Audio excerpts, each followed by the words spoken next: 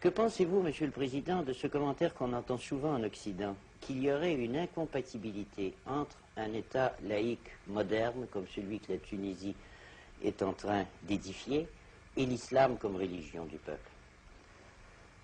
Ben justement, l'État tunisien moderne n'est pas laïque, n'est-ce pas? C'est un État musulman, mais progressiste. C'est ça qui constitue, n'est-ce pas, qui fait l'originalité. On a toujours cru pendant longtemps que l'islam, c'est un élément, n'est-ce pas, de recul, n'est-ce pas, de stagnation. Eh bien, la cause en est dans les hommes de l'islam, ceux qui interprètent la loi de l'islam et qui ont l'esprit très étroit, n'est-ce pas, figé, pétrifié. Alors moi, pour ne pas heurter le sentiment religieux et même le servir, lui permettre d'être un instrument de progrès, j'interprète la loi, j'interprète certains textes de loi religieuse d'une façon très libérale,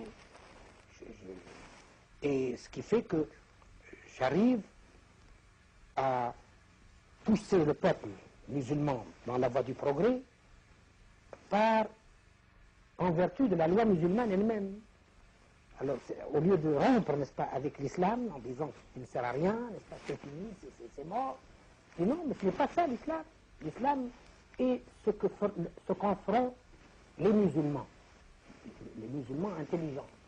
Il peut très bien être un élément de progrès. Il s'agit simplement d'empirer, n'est-ce pas, comme les textes, n'est-ce pas, ce qui est conforme, n'est-ce pas, aux nécessités, n'est-ce pas, du moment. Et la chose est possible. Vous ne croyez pas qu'il y ait d'incompatibilité entre le monde moderne et l'islam? Non, non. L'incompatibilité existe entre le monde moderne et certaines têtes musulmanes, n'est-ce pas, les têtes, n'est-ce pas, qui sont figées. Eh bien, on n'a qu'à les laisser tranquilles. D'ailleurs, ce qui nous facilite les choses, c'est que ces têtes figées, n'est-ce pas, ont collaboré beaucoup avec le colonialisme, n'est-ce pas, ils sont déconsidérés, alors c'est la meilleure façon, n'est-ce pas, de pousser les gens, n'est-ce pas, vers un islam rénové, progressiste, n'est-ce pas, qui comprend les nécessités et s'y adapte. Vous ne croyez pas non plus qu'il doive y avoir concordance entre la patrie religieuse de l'islam et la patrie politique? Enfin, je veux dire, vous ne croyez pas que l'islam détermine une grande unité politique qui englobe tous les musulmans? Non. Ça n'a jamais existé, pratiquement, n'est-ce pas? C'est une conviction, c'est un idéal, mais à l'heure actuelle, il y a des patries qui sont limitées, qui sont caractérisées par la base territoriale. Dans cette base, il y a des hommes qui appartiennent à une même patrie, qui ont une même nationalité et qui peuvent avoir des croyances différentes. C'est le cas en Tunisie, il y a des musulmans, des juifs, mais qui sont nationaux, n'est-ce pas, qui ont les mêmes droits, les mêmes devoirs, et qui ont le même attachement vis-à-vis de leur patrie. C'est la nouvelle structure des États modernes. C'est la base territoriale, où le facteur religieux constitue un élément, mais pas le plus important. Vous ne croyez pas non plus qu'il y ait incompatibilité entre l'islam et la démocratie? Non, du tout. L'islam, n'est-ce pas, au début, c'est un régime nettement démocratique.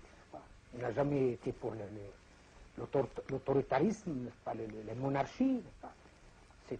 C'était une démocratie évidemment simpliste, n'est-ce pas, très primitive, mais il est pour la démocratie, pour l'égalité et pour la liberté des hommes. Ah oui. Je rappelle que Omar, n'est-ce pas, le deuxième calife, c'est lui qui a dit que Dieu nous a créés tous égaux. Il ne comprend pas que nous soyons si inégaux dans la vie. C'est un peu le mot de Jean-Jacques Rousseau. L'homme est né libre et partout il est dans les fers. C'est à peu près la même idée, n'est-ce pas, qui remonte à 1 millier d'années avant Jean-Jacques.